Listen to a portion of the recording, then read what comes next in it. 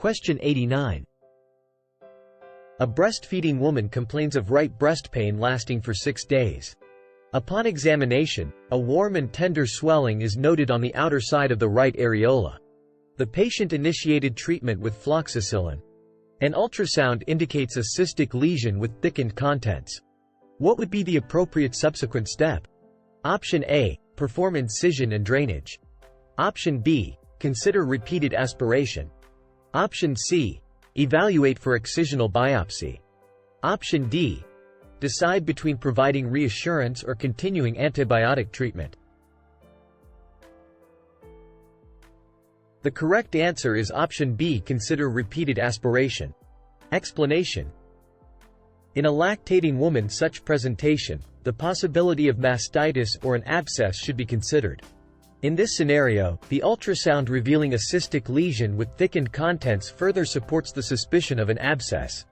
Recurrent aspiration, which involves draining the contents of the cyst, can be an appropriate approach in such cases. Here's why the other options are less suitable. Incision and drainage might be considered if the abscess is not effectively managed through repeated aspiration or if there is a worsening of symptoms. Excisional biopsy is a more invasive procedure that would be considered if there were concerns about malignancy. While reassurance and antibiotics have a role, but given the presence of a cystic lesion, a more active intervention like aspiration is warranted. Question 90. After stabilizing the cirrhotic patient with complications who presented with portal hypertension and upper gastrointestinal bleeding caused by varices, and confirming the diagnosis through upper endoscopy, which medication should be administered? Option A. somatostatin. Option B. terlipressin. Option C. octreotide. Option D. No medication is needed at this stage. The appropriate medication is option B. terlipressin. Explanation. When a cirrhotic patient presents with upper gastrointestinal bleeding due to varices, it is crucial to manage the bleeding promptly and effectively. Terlipressin is a potent vasoconstrictor that primarily targets the splanchnic circulation, including the blood vessels supplying the varices. Terlipressin has stronger and more consistent hemodynamic effects compared to octreotide and somatostatin. Terlipressin is more effective at achieving hemostasis and reducing the risk of rebleeding compared to somatostatin or octreotide alone.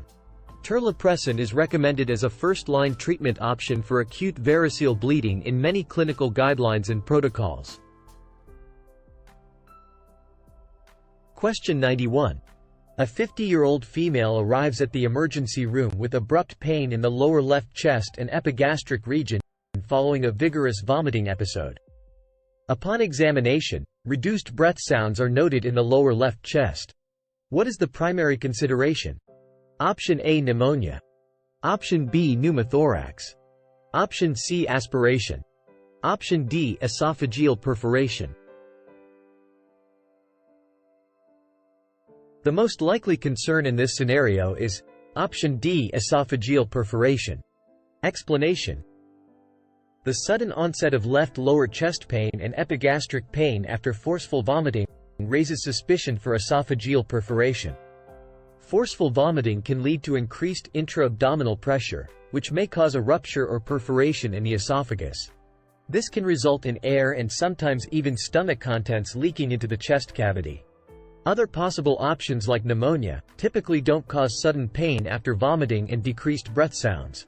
Aspiration can lead to pneumonia, but it would not directly explain the acute chest pain and findings of decreased breath sounds. Pneumothorax is more likely to be a consequence of esophageal perforation in this context rather than a primary concern. Question 92. A 6-time pregnant female came with a painless abdominal bulge that has been present for 3 years. During the exam, a midline protrusion was observed, which becomes more prominent. When the patient transitions from a supine to seated position, a cough test yielded negative results. CT results indicated the absence of both internal and external masses, with the abdominal fascia being intact and without defects. What is the most probable diagnosis? Option A. Incisional hernia. Option B. Divarication of recti. Option C, spigly and hernia. Option D, weakness in the transversalis fascia.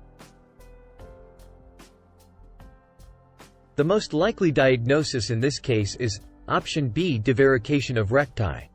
The key features that point towards the divarication of recti in this scenario are abdominal bulge, midline bulge, increased bulge on movement, negative cough test. Question 93. A male patient, aged 65, visits the clinic due to occasional mild urinary flow reduction. Rectal examination, urinalysis, and prostate-specific antigen tests all show normal results. An ultrasound of the prostate indicates an enlarged median lobe. What is the most suitable approach for further investigation? Option A, regular monitoring of renal function. Option B, periodic measurement of PSA. Option C, administration of beta blocker therapy. Option D, perform cystoscopy. The most appropriate approach in this case is to perform a cystoscopy. Explanation: the patient's symptoms of mild intermittent urinary flow reduction, in combination with an enlarged median lobe of the prostate observed on ultrasound, raise suspicion for potential bladder outlet obstruction due to benign prostatic hyperplasia, BPH. BPH is a common condition in older males where the prostate gland enlarges and can cause urinary symptoms. While rectal examination, urinalysis, and PSA tests are important initial steps to assess the patient's condition and rule out other potential causes, an ultrasound revealing an enlarged median lobe of the prostate suggests that the obstruction might be occurring at the bladder outlet. Cystoscopy is a valuable diagnostic procedure in this scenario. Cystoscopy can help determine the degree and location of the obstruction, confirm the diagnosis of BPH, and rule out other possible causes of urinary symptoms, such as tumors or strictures. Question 94. A 25-year-old male experiences a percutaneous scalpel injury. His medical history indicates a past case of hepatitis B without becoming a carrier. Hepatitis B immunoglobulin is administered within 24 hours of the injury, and the HBV vaccination series is initiated simultaneously. What is the sufficient antibody response level following the completion of a 3-dose vaccination series to ensure immunity? Option A, below 5 milli-international units per milliliter, MMU per milliliter.